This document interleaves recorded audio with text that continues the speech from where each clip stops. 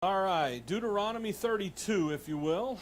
Deuteronomy 32 is where we're headed, and we're going to do some things this evening. What we're going to do, last week we looked at those 5 courses of judgment, and in that we saw really the future of Israel kind of laid out for us prior to those 40 years that they're going to spend in the wilderness. And in getting all this ready to teach and so forth, I thought it would be interesting, because it was to me when I studied this a couple years ago on my own, and to look at the other event that foretells Israel's history. And it's here in Deuteronomy 32 in what is called the Song of Moses.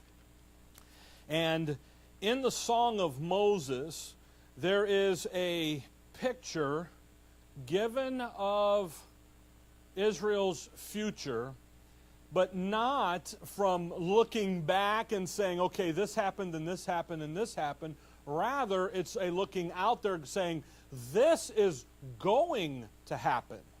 Okay, so it's a prophetic foretelling of Israel's failures. And really, the song is in Deuteronomy 32, the first 44 verses, and I just want to spend the next couple weeks going through the 6 stanzas with you, okay, and looking at them and so forth, because the Song of Moses is going to be given to them. Tonight we're going to introduce it, and we're going to get into the first stanza, I hope, time-wise. We don't spend too much time goofing around beforehand. So as we get into this issue about the Song of Moses, you're going to stick something in Deuteronomy, but I'll come back to Revelation 15, because the song is going to start at the beginning of the nation, Deuteronomy 13, and it's going to flow all the way out to the end of Israel's program. Revelation 15, if you will. And if you get chilly, we can kill the AC. I'll have to readjust the thermostat tonight, so we're flanneled up on the front row here, I see, so that's good. Revelation 15, notice, if you will, verse 1. And I saw another sign in heaven, great and marvelous, 7 angels having the 7 last plagues, for in them is filled up the wrath of God. And I saw, as it were, a sea of glass mingled with fire, and them that had gotten the victory over the beast and over his image, and over his mark, and over the number of his name, stand on the sea of glass, having the harps of God. Now, I'll just remind you, the sea of glass, in chapter 4 and 5, John says that's a description of the throne room of God. So John's going to look in, he's going to see that believing remnant that overcomes the beast and all the things associated. He sees them in the throne room of God, just as this vial is going to be opened here, and the 7 vials and so forth that are coming in chapter 16, the 7 last plagues and so forth, okay? Verse 3. What are they doing in the throne room of God with the harps of God? And they sing the song of Moses, the servant of God, and the song of the Lamb, saying, Great and marvelous are thy works, Lord God Almighty. Just and true are thy ways. Thou King of saints, who shall not fear thee, O Lord, and glorify thy name? For thou only art holy, for all nations shall come and worship before thee, for thy judgments are made manifest. Notice, what are they doing? What are they singing in the throne room? They're singing the song of Moses, but they're also singing the song of the Lamb, the Messiah, Christ, okay? So you have the song of Moses, there's the old covenant, and you have the song of the Lamb, there's the new covenant. Now, the old covenant, Moses is on its way out. At the second coming in chapter 19 is the establishment of the new covenant, but what are they singing? They're singing the song of Moses. And by the way, what they're singing is summarized up for you in both of these songs in verse 4. Who shall not fear thee, O Lord, and glorify thy name? What a question. by the way, we're going to see some of this in the song when we go through it in Deuteronomy 32.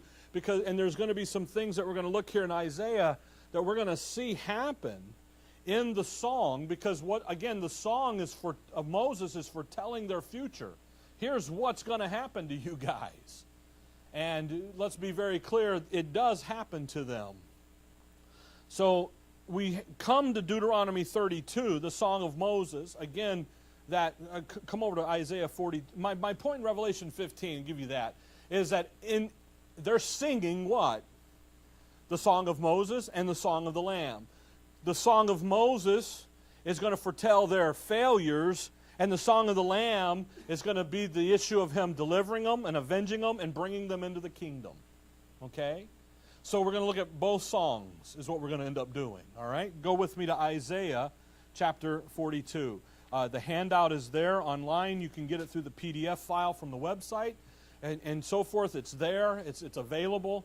And again, we're just going to go through it. On your handout, by the way, usually I write out Deuteronomy, but I went to D period to save some space so you have more room to write, okay? So I almost didn't even put the D, but I'm like, if I just put 32 on there, they ain't going to know what I'm talking about. So you'll bear with the outline writer. 42, Isaiah 42, you have verse 8. I am the Lord. That is my name. And if you'll remember, the Lord, the capital L-O-R-D, that's Jehovah. Okay?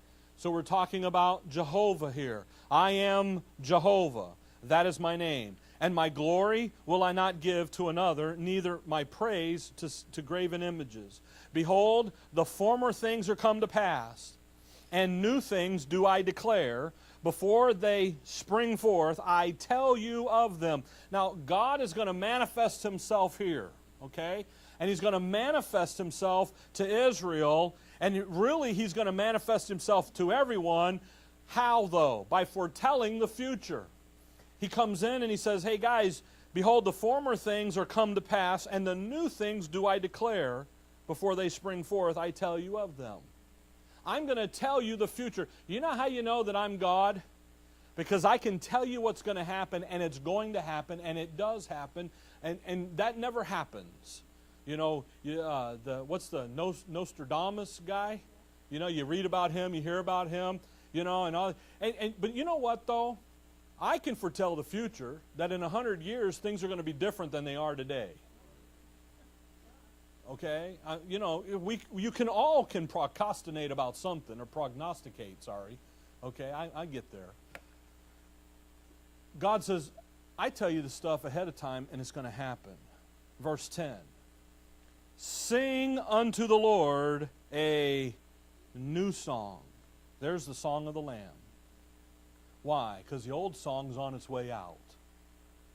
And his praise from the end of the earth, ye that go down to the sea, and all that is in therein, the isles and the inhabitants thereof. Let the wilderness and the cities thereof lift up their voice. The villages that Kedar doth inhabit. Let the inhabitants of the rock sing. Let them shout with the top of the mountains. Let them give glory unto the Lord and declare his praise in the eye. They're going to sing a song, but they're going to sing a new song.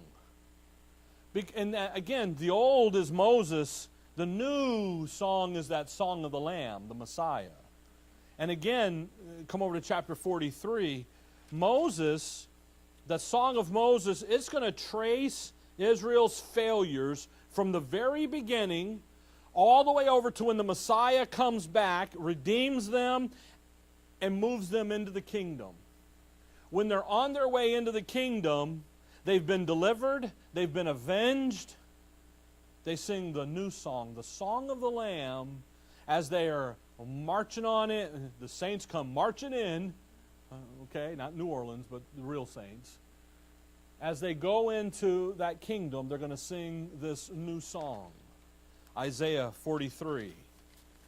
It's interesting, in Isaiah 43, verse 5, he says to him, fear not, for I am with thee. I will bring thy seed from the east and gather thee from the west. I will say to the north, give up, and to the south, keep not back. Bring my sons from far and my daughters from the ends of the earth. So what are we doing here? We're regathering Israel, isn't he? He's gathering them up. It's time to go in. It's time to go and accomplish and to do.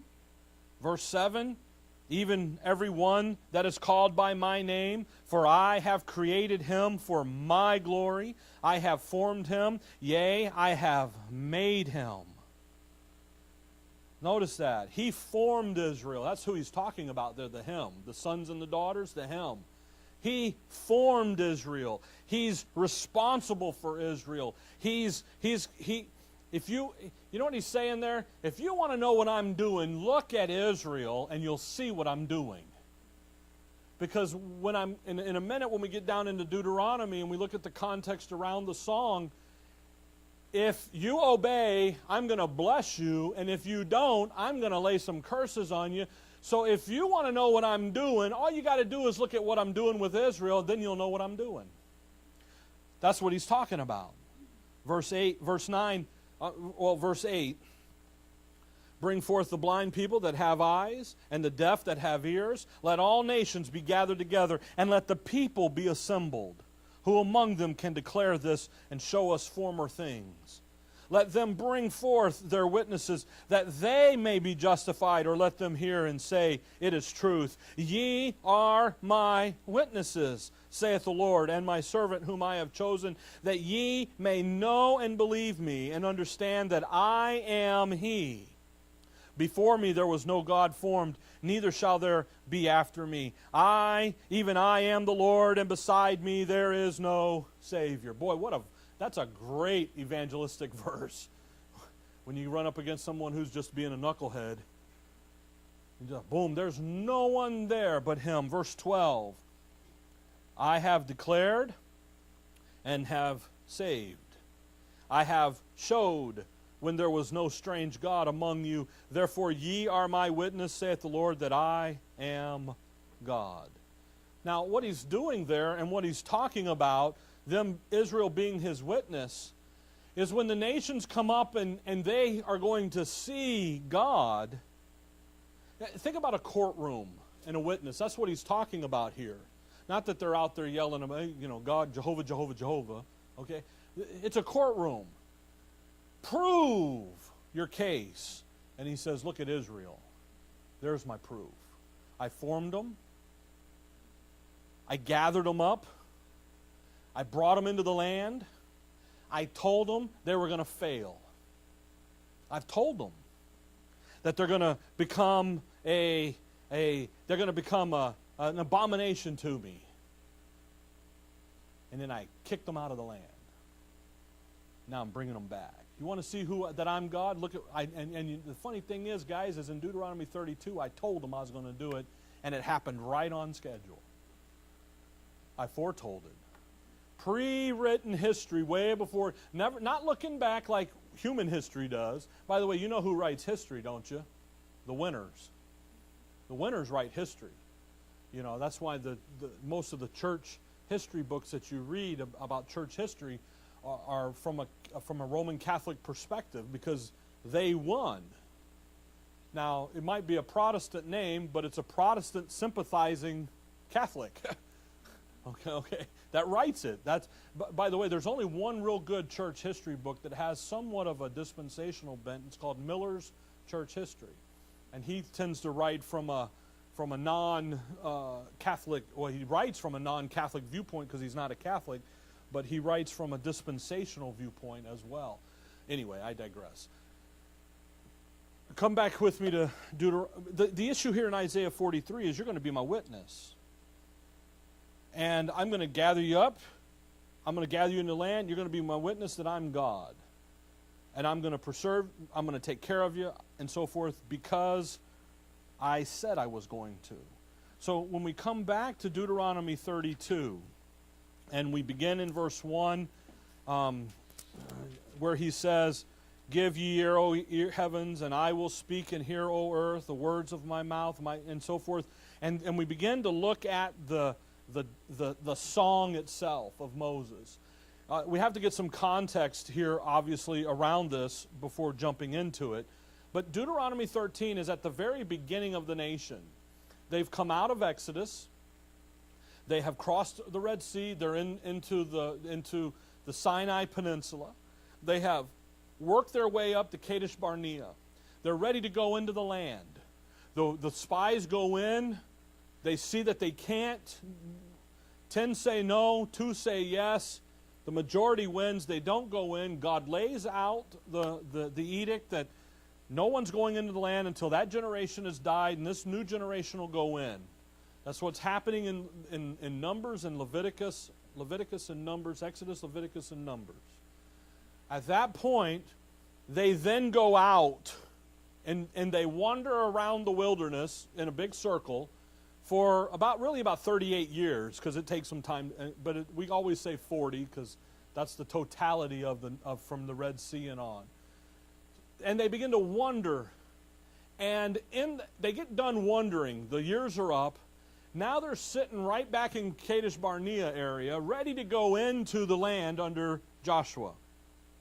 Moses is at the end of his days, so he begins to get Deuteronomy, the second giving of the law. He gives all this information now to that new generation.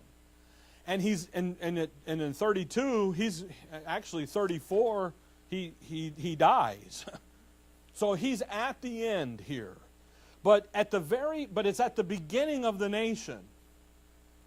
And as they go in, he gives them this history lesson of what's going to happen to you. And as we go through the song, we're going to see they're going to have a great start. God through Moses is going to tell them, you're going to start out wonderful. But then you're going to mess up. And when you mess up, you go a-whoring after other gods, you're going to become an abomination to me.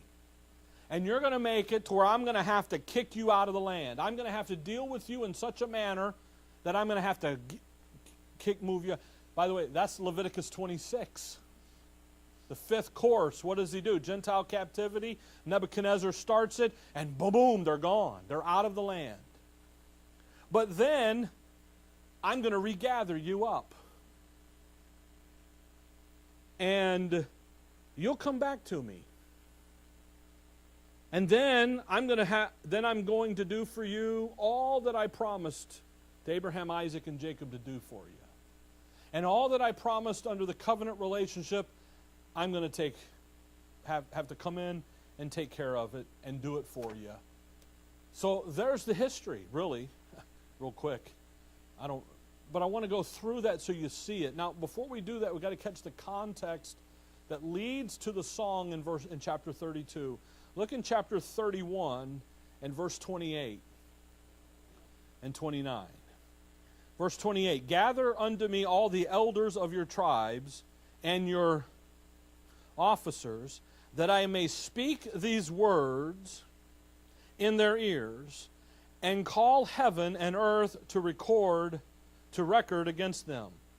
For I know that my death you will utterly corrupt yourselves, and turn aside from the way which I have commanded you.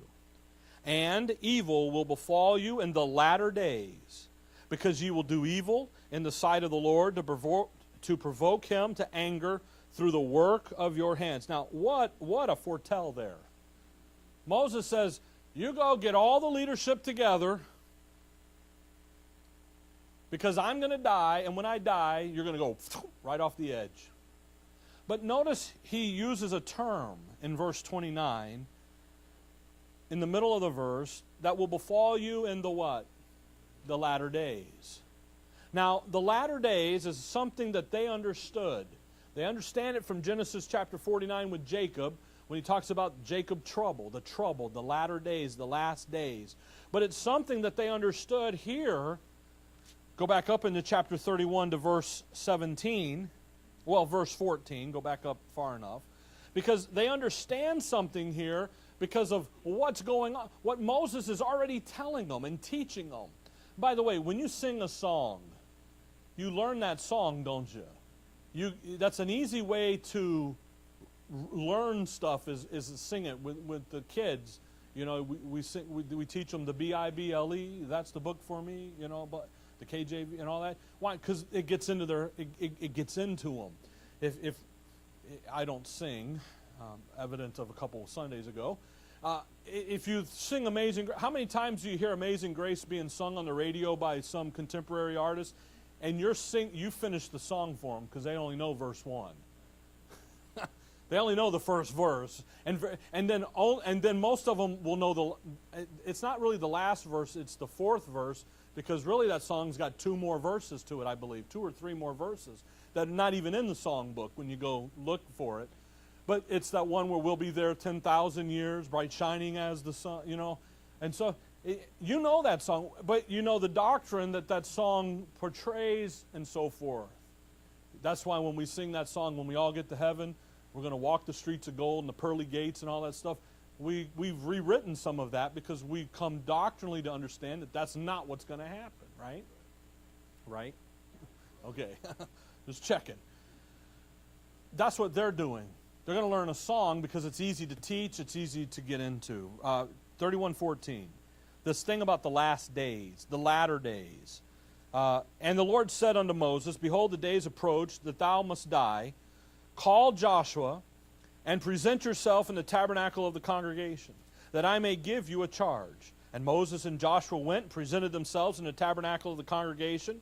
And the Lord appeared in the tabernacle in a pillar of a cloud, and the pillar of the cloud stood over the door of the tabernacle. And the Lord said unto Moses, Behold, thou shalt sleep with thy fathers, and this people will rise up and go a-whoring after the gods of the strangers of the land, whither they go to be among them, and will forsake me and break my covenant which I have made with thee. Boy, already told them what's going to happen to them.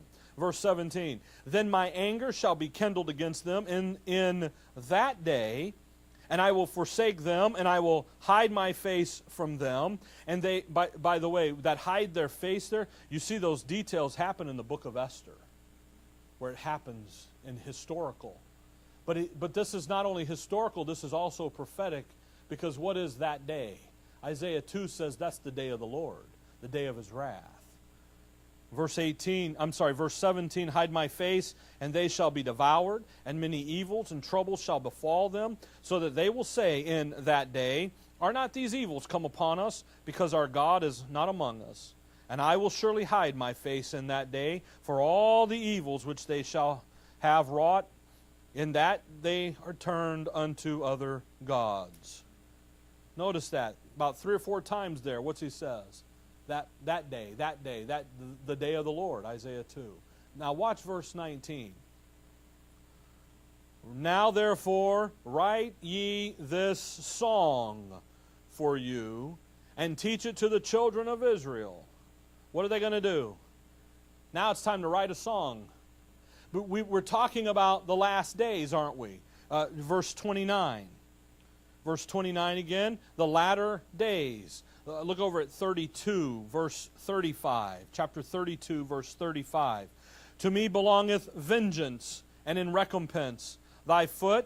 Their foot shall slide in due time, for the day of their calamity is at hand, and the things that shall come upon them make haste. That's the second coming. Boy, it's here. So the song Moses is going to write, he's talking to them as they're about ready to go into the land under Joshua, and he says, I'm going to give you this song to sing, and you're going to sing this song until Christ comes back, until the Messiah comes and gets you, and redeems you, delivers you, avenges you, and totes you into the kingdom as the blessed people that you're supposed to be. Okay? So the song is going to cover, back over to chapter 28, the song is going to cover all of Israel's history. And it doesn't leave anything out. By the way, that's the wonderful thing about the Bible. And especially when it tells the history of its heroes. It doesn't cover over the sins. Most of the time when you read historical books, it'll leave out the sins of the heroes because we want to have clean heroes. Boy, David, he didn't leave out anything about David. Nor is he going to leave anything out here about his people, Israel. They're his people because he made a covenant agreement there. And I have a covenant with them. They are my people, but man, my people are stinkers. And watch them stink it up. Chapter 28, verse 1. Chapter 28, verse 1. And it shall come to pass, if thou shalt hearken diligently unto the voice of the Lord thy God, to observe and to do all his commandments, which I command thee this day, that the Lord thy God will set thee on high above all nations of the earth. And all these blessings shall come on thee and overtake thee, if thou shalt hearken unto the voice of the Lord thy God. Blessed shalt thou be in the city. In verse 3 down to verse number 14, here are the blessings that are going to fall on those who are qualified. And what makes them qualified is that they keep my commandments. Okay? That's the conditional setup here of God's covenant relationship with the people. It happened on the mount in Exodus 19 when they make the agreement. All that he says we'll do, we'll take care of it. And they're historical. He says, okay, that's the agreement. Now you can't come near me because now you got to go through the priest and come in through the tabernacle, and you got to come to me this way. Okay, that's why we looked at the tabernacle and all that. Now you're going to come this way to us, and because of that, oh, I just had a bad thought. I left the mute button on. I didn't. And nobody texted me, so I'm okay. You know how you teach and your mind just, I'll be teaching and my mind will be thinking about the ball game. And I'm like, come back over here. You know? Yeah, the Cardinals are 8-1. Come back over. Or no, 7-1. No. Yeah. Anyway, see what I mean? I got off. Okay. So they're back to the mount. So now they're going to come in. If you keep them, then you're qualified for me to bless you. But if you don't keep them, verse 15, but it shall come to pass, if thou wilt not hearken unto the voice of the Lord thy God, to observe, to do all his commandments and his statutes, which I have commanded you this day, then all these curses shall come upon thee and overtake thee. If you're not qualified, then the curses are the deal. And in Exodus 19, they say, everything you say, Lord, we'll take care of it, no problem. We can do it. And they fail. Now, I want you to notice something. Verse 15, all the way over to verse 68 are the curses. The blessings only run 14, actually they only run about 10, 11 verses. So what are they learning right off the bat here? They're in trouble. That's the issue, and that's the point. And by the way, Deuteronomy 28 will compare out with Leviticus 26 and the 5 courses. If you will look just real quick in 28, under the curses, you'll see in verse 23, and thy heaven that is over thy head shall be brass. The first course, the heaven was what? Brass. Verse 28, 23. Okay? The second course is brass. I'm sorry. That's Elijah. Okay? So what happens is you in Leviticus 26 with those 5 courses, and the reason we stuck in Leviticus 26 last time was you get a clear outline of them. In Deuteronomy 28, 29, and following here, you're going to get those courses re-given, but not so clear, because they've got 40 years of wandering around the wilderness to add into that stuff. Okay? So it's really not a clear picture, because they've got time, they've got experience now. Hey, by the way, you're in Deuteronomy 28. Look at verse number 27. The Lord will smite thee with the botch of Egypt. That doesn't sound good. Okay?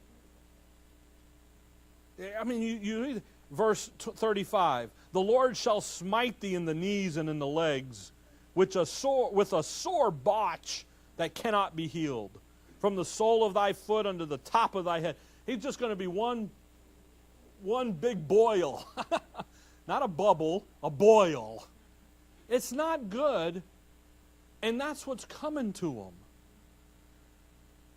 So, and go back over to 31:19.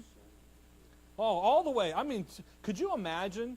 Well, have you ever had something hurt on your foot and you can't stand very easy? I have. When I was in high school, I played a lot of sports, and I used to get calluses underneath the joint of the big toe, and they would go that deep into up into my foot, literally. I mean, you couldn't feel it, just dead, and dig them out, and you can't walk. You got to be ginger. That's what he's talking about. Man, he's gonna hit you guys from the bottom of your feet to the top of your head, and you go through that stuff. And go back to 28 here. Look at verse 18. Cursed shall be the fruit of thy body, and the fruit of thy land. When you read about a famine going on in Israel, and it's not a famine of the land, it's a famine that they're not having kids. There's trouble brewing because they're not walking in the commandments. Or if they're having a famine in the land, what's going on? They're not where they're supposed to be. That's why God said, if you want to know what I'm doing, look at what's happening to Israel. Israel is the center of my universe here on the earth. Israel is who I'm dealing with. Israel is who I'm manifesting myself through. You want to see what's happening? Man, look at Israel. And if Israel is in the doldrums, then you know things aren't looking good. Chapter 31, we'll go back to verse 19. We just read a minute ago a little bit of. So in Deuteronomy, again, 40 years after the wandering in the wilderness, they got a little life experience underneath their belt. They should have already learned that they can't do this on their own, but they didn't learn that, and now they're paying for it. Moses has just laid out and said, hey, look, you guys are going to go in under Joshua. I'm going to die, and you guys are going to fail. Have a nice day. You know, and as Paul Harvey would say, here's the rest of the story. Verse 19, now therefore write ye this song, and teach it the children of Israel. Put it in their mouths, that this song may be a witness for me, notice, against the children of Israel.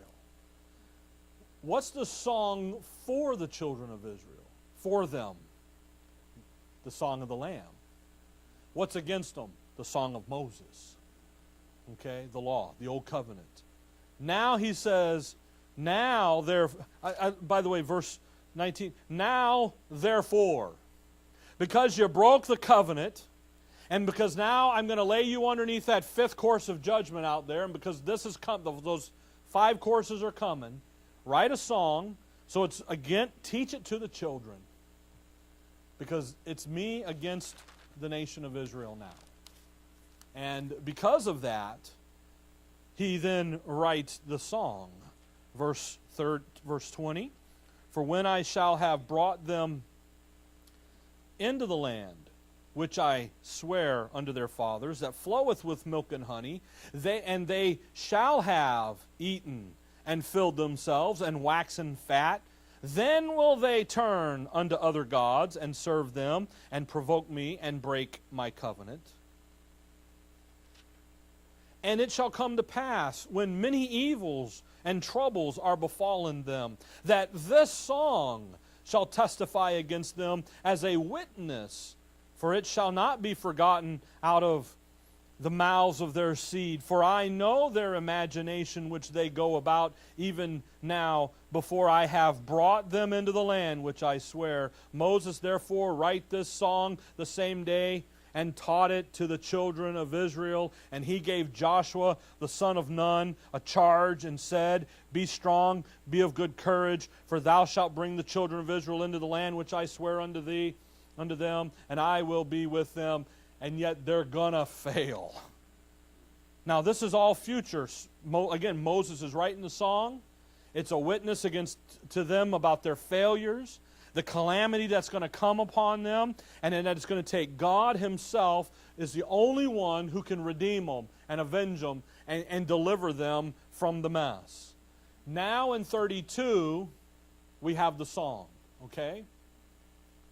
So the context of the song is a last days context.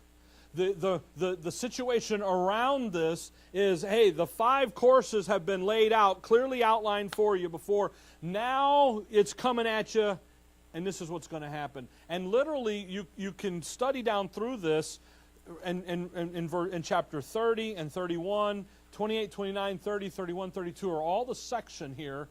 And you see those 5 courses just flowing. Okay? Now in 32, we come to the song. Now, the song has 6 stanzas. We're just going to introduce the first 4 verses of the first one tonight. And we'll pick up and we'll get into in 1 and go to 2. But they have 6 stanzas, and it goes all the way to verse 44 there, where he says, "And Moses came and spake all the words of this song in the ears of the people, he and Hosea, the son of Nun." By the way, Joseph, no parents. Joshua, no, he had no parents because he was the son of none. Okay. I had to break the tension in here a little bit. You guys are too serious, okay? So, anyway, Joshua had no parents. He's the son of none. Okay? Anyway. All right, verse 1, 32:1.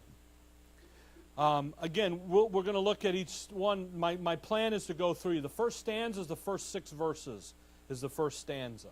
And I want to go through, we're going to spend this week, next week, however long it takes, to go through these songs. Because this information, because it is a pre-written historical event of the events that are going to come, literally, I don't have the chart up there, but literally begin to lay out what's going to happen to Israel in their life. Okay? And it's a song, it's a singing. They're teaching it they're getting it. That's why he says, hey, you guys ain't going to forget this. Because you're ingraining it into the kids, into their seed. And it's going to be there, and it's going to be a witness against them. And every time they get out of line, they're going to be reminded of it in singing in this song. After we look at the song, we're going to go look at the prophecy and the prophetic scriptures and some of the prophetic events with the understanding of what? It's already been foretold. And here's more information and fill in some of the details, okay? Verse 1. Give ear, O ye heavens, and I will speak. And hear, O earth, the words of my mouth. My doctrine shall drop as the rain. My speech shall distill as the dew. And the small rain upon the tender herb, as the small rain upon the tender herb, and as the showers upon the grass, because I will publish the name of the Lord. Ascribe ye greatness unto our God. He is the rock. His work is perfect. For all his ways are judgment. A God of truth, and without iniquity, and just and right is he. They have corrupted themselves. Their spot is not the spot of his children. They are perverse and crooked generation. And do ye thus requite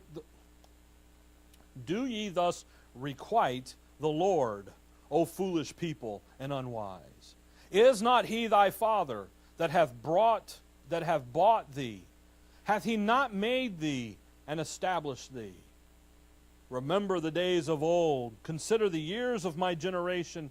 Ask thy father, and he will show thee, thy elders, and he will tell thee. When the Most High divided to the nations their inheritance, when he separated the sons of Adam, he set the bounds of the people according to the number of the children of Israel. We're not going to keep reading because I'm going to go back and start in verse 1.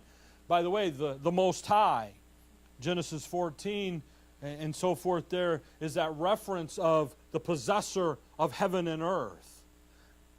When he divided, Genesis 11, the nations up.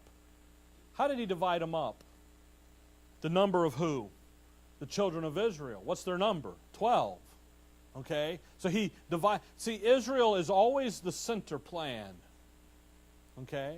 Israel is always the one that says, here they are. So Gentiles, you want to know what I'm doing? Just look at Israel, because that's what I'm doing. Now look at verse 1.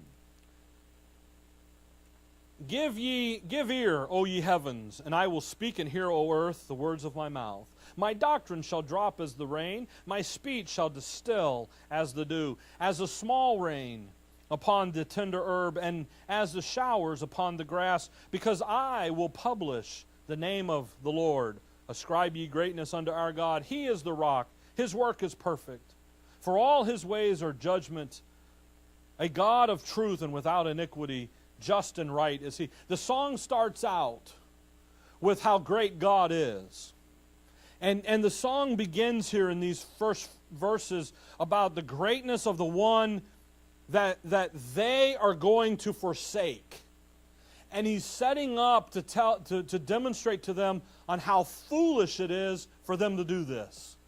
And that it's folly to think that you would even dare to consider to forsake him. Verse 6, do ye thus requite the Lord, O foolish people and unwise?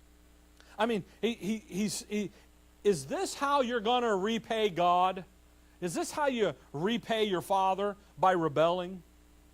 He's your Father. He's the one, in verse 6 there, is not he thy Father that hath bought thee? He bought them out of Egypt. He paid for them with that issue of under the death angel and the blood and so forth. All that pictures, all that. He bought you out of Egypt, and and he established you. He made you his people, and you're gonna pay him by rebellion? Boy, it's foolish.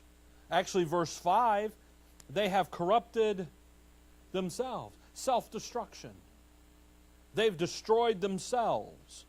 By the way, when we look next week at verse 5, that spot, there's that spot of that mark of the beast that we understand in Revelation.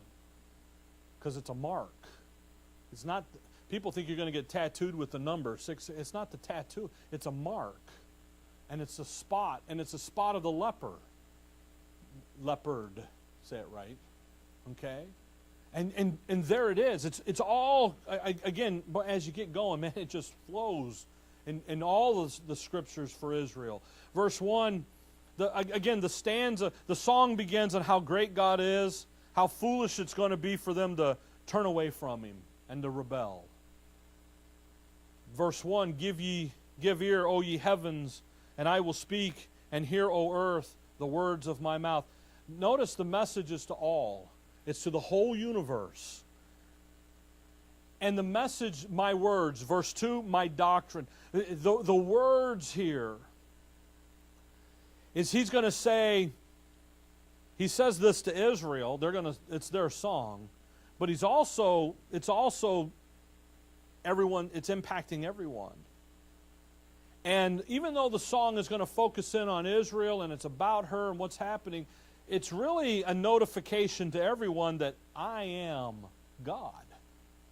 And what you're going to see me do with Israel, you're going to see it pan out, and you're going to see everything tick, and everything, because I'm going to foretell it, and here it comes. And when you see it, they are going to be the witness that I am God. That's Isaiah 42 and Isaiah 43. And you're going to see it. You want to know what I'm doing? Look at what I'm doing with Israel. And look at what's happening, because there they are. Because you know why? Verse 8 there, that Most High. When the Most High divided the nations. When the Most High, the possessor of heaven and earth, that's who I am. And the standard is Israel. And if you want to know what I'm going to do, give ear, O ye heavens and earth, at my words. Notice what he says in verse 1. At the words of my mouth. So he calls the whole of the universe to attention. He deals with the earth, obviously, under the nation of Israel. They're the center point. Verse 2, my doctrine shall drop as the rain, my speech shall distill as the dew. Notice how Moses understands how dew is made.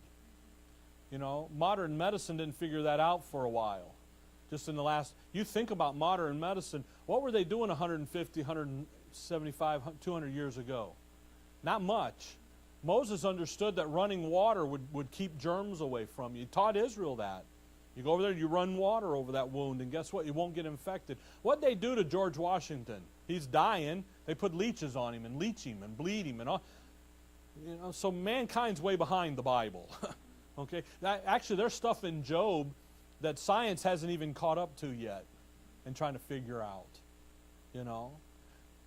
That's where Moses, but he starts verse 2, my doctrine shall what? Shall drop as the rain. Where does the rain come from? From the heaven. My doctrine here. How does he end verse 1? The words of my mouth. And my words, that's the doctrine. What do? They drop from heaven. The doctrine, the words, they're going to come from where? They're coming from heaven. And it's a small rain upon the tender herb, and as showers upon the grass. Hey, the rain is going to, when the word comes down, what's it going to do? It's going to be refreshing. Have you ever been around a nice afternoon rainstorm when it cuts the humidity down? I live in Florida, at 3 o'clock every day, rain. Like clockwork, right? But what does it do? It cuts the rain down. Here, when the monsoons hit, and it's a real monsoon, it'll drop that temperature 20 degrees like that. We have a song, Showers of Blessings. Where's it coming from? From heaven. My words, my doctrine. The words flow down. In John 7, the Lord says, my doctrine isn't mine. It's He that sent me. John 7:16. Where's that? My doctrine. It's coming from where? It's coming from heaven. My doctrine shall drop as rain. My speech shall distill as the dew. Boy, dew in the morning, you walk out and it's refreshing, isn't it? Yes, it is, okay? Unless you're trying to cut it. Yeah, okay. Then you're just cutting the grass too early, okay? Give it a few hours. Notice, by the way, in verse 1 and 2, they are dispensationalist here. Because where are they getting their words from? They're getting their words from who? From God, but through who? Moses. And what he's saying here is our doctrine comes from God through Moses and no one else. So they're dispensationalist here. They're getting their information from God, but through Moses. Verse 3. God's going to do something more here. Because I will publish the name of the Lord. Again, Jehovah. Ascribe ye greatness unto our God. Our God is Jehovah. And we're going to publish that name out there. Now, when he talks about publishing the name, he's not talking about saying the name over and over and over and over and over and over again. That's what sometimes people think. Jehovah, Jehovah, Jehovah, Jehovah, Jehovah, He's not talking about that. He's talking about to spread it abroad. To take that message about who God is, the greatness of God. That's what we're singing about. That's what we're starting the song about. To take the greatness of God, that message, and you make it accessible, and you make it permanent, and you publish it out there. You think about literature. You think about books. Those once you write and put something in print, it never goes away, does it? It stays there. Now, you may have a second or third edition, but really, what are you editioning? The original work. I've got original work back here, and then somebody gave me a third edition, and I read both books. The only thing that are different is some of the index stuff and the reference points. And one book, The 5th edition is the same as the 1st edition. The difference is they've updated the copyright on it. You know, they had a legalese thing. They had to. So, but my point is when you write something, it usually stays there. Pastor C.R. Stam, he's gone, dead with the Lord. I have almost all of his books. There's 5th, 6th printings of things that differ. Maybe even more than that. I don't know. Maybe 10 or 20. They're the same as Dad's 1st edition. They've just what? Reprinted it out and so forth. That's what they're talking about here. Now, by the way, you can make a message accessible and permanent and it not be in a written form. It's in a what here? It's a song. Okay? They publish the song. What are they doing out there? They are spreading abroad through a song the greatness of their God. He's Jehovah. And they're doing it in a way that it's not changeable. They're going to sing this song right down to the jot and the tittle in the Hebrew language, and those kids are going to do the same. And you know what those children are going to do? They're going to repeat it to their kids and their kids down, and they're going to do it all the way down. And they're going to publish. I love that, because I will publish the name. That ought to bring to mind some guys in the Gospels and in the book of Acts who tell the believing remnant, don't you preach in that name, Jesus of Nazareth. Why? It's an indictment here. Because what have they been singing in the song? They've been singing in the song the fact that, look at how great our God is, and you guys are such idiots for rebelling against Him. Okay? And yet, it makes them mad, is right. And yet, what do? Verse 3, because I will publish the name of the Lord, ascribe ye greatness unto our God. The name, Jehovah. And you know what they do to Him? They reject Him. Now, when he talks here about the name, he's not talking about, again, Jehovah, Jehovah, Jehovah, you know, or Yahweh, Yahweh, Yahweh, or Yashuba, Yashuba, you know. And some of the Hebrew, they take God and they leave out the O because they don't want to write the whole name in there, because it tags them, it gets them, it burns them. So when he says we're going to publish the name of the Lord, then he says, ascribe ye greatness unto our God.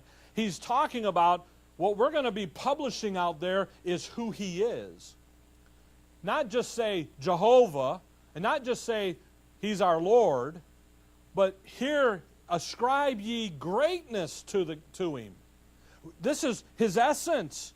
This is who Jehovah really is. He is Jehovah, fill in the blank. That's why they've already had the 5 compound Jehovah names given to them in the test in the wilderness coming out over the Red Sea. They've already gone through that. They understand when he says, hey, we're going to ascribe His greatness. What did we just learn from Him? I am the provider. I am your healer. I am your banner, your conquering hero. I'm the provider. I am. Anything you need me to be, that's who I'll be. They've already been there. They've already got that. And yet, what did they do? They rebelled. Verse 4, how He does it, He is the rock. You know, that capital R. They've already learned. Well, they're going to learn that little rock doesn't quite get there. And the capital R, the capital rock, 1 Corinthians 10, Paul calls the rock, who is Christ. So there's an identification point. He is the rock. His work is perfect, for all His ways are judgment. Ways, where He goes and what He does. Judgment, discernment. Everything that He does, every place He goes, is based upon truth, and just and right is He. And everything He does is without iniquity. That's verse 4. His work is perfect, for all his ways are judgment. A God of truth and without iniquity. Truth without it, absolutely reliable. He cannot lie. He has no sin. Here he is. He's the one that we're exalting. And yet he's also the one that you guys are going to rebel against. Here's the essence of the character of who Jehovah is verse 4. He's just. He's without iniquity. He's right. He has a discernment. He goes and he does things, and whatever he does it based upon good and just and right activity and motives and thinking.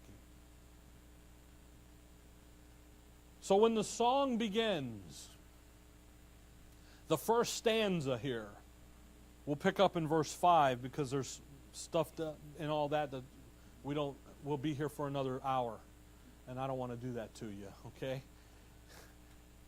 Well, I got to keep you coming back next week, you know. Got a little tease. The song begins, look at how great he is. Look at the awesomeness of who our God is. By the way, the rock. When you think about the rock, you think about strength, don't you? Security. Stability. Solid. Secure. He's the one. He's the one, guys. And his work is perfect. Complete. He's left nothing undone. And that's who Jehovah is. And he's the one you guys are rebellion. And oh, by the way, you guys you're so foolish to do that. And yet, what are they going to do? They're going to do it. You know, we've been studying stuff in Wednesday nights over the years, and you scratch your head and you go, man, here he is in the Gospel of Luke. Here he is walking with you, talking with you, and yet you just sit there and say, no, and you move. Why would they do that? It's been foretold that they're going to do that. Paul tells us, by the way, in Romans 9, 10, and 11, that the reason they did it was unbelief. And that's what it simply is. We'll pick up in verse 5 and walk through and get through. Hopefully, we'll try to get through it and the stanza number 2. And I just want to work through the song, see how the history gets laid out, because it's very fascinating. Because man, when you see it, it's like, wow, look at this. Because what happens is you get over into the prophetic scriptures and you begin to see it happening. And then you get over in Matthew, Mark, Luke, and John and Acts, and guess what? There it is. And that's why in Acts 7, when Stephen is looking there, there's more going on there historically than him just saying, hey, I see Christ standing. It's the time. It's the timing. We'll look at Daniel's timeline. We'll lay that thing out. And guess what's going to happen? Deuteronomy, this song's going to fit right on it all the way out. Just like those 5 courses fit all the way out. Okay? We'll pick up right here next time. Dear Heavenly Father, we thank you for the evening, Lord. We thank you for the study, for the song, for the Word of God that we have, so we can study it, we can see it, we can rejoice in it, and give you the praise and the glory. For your name we pray. Amen.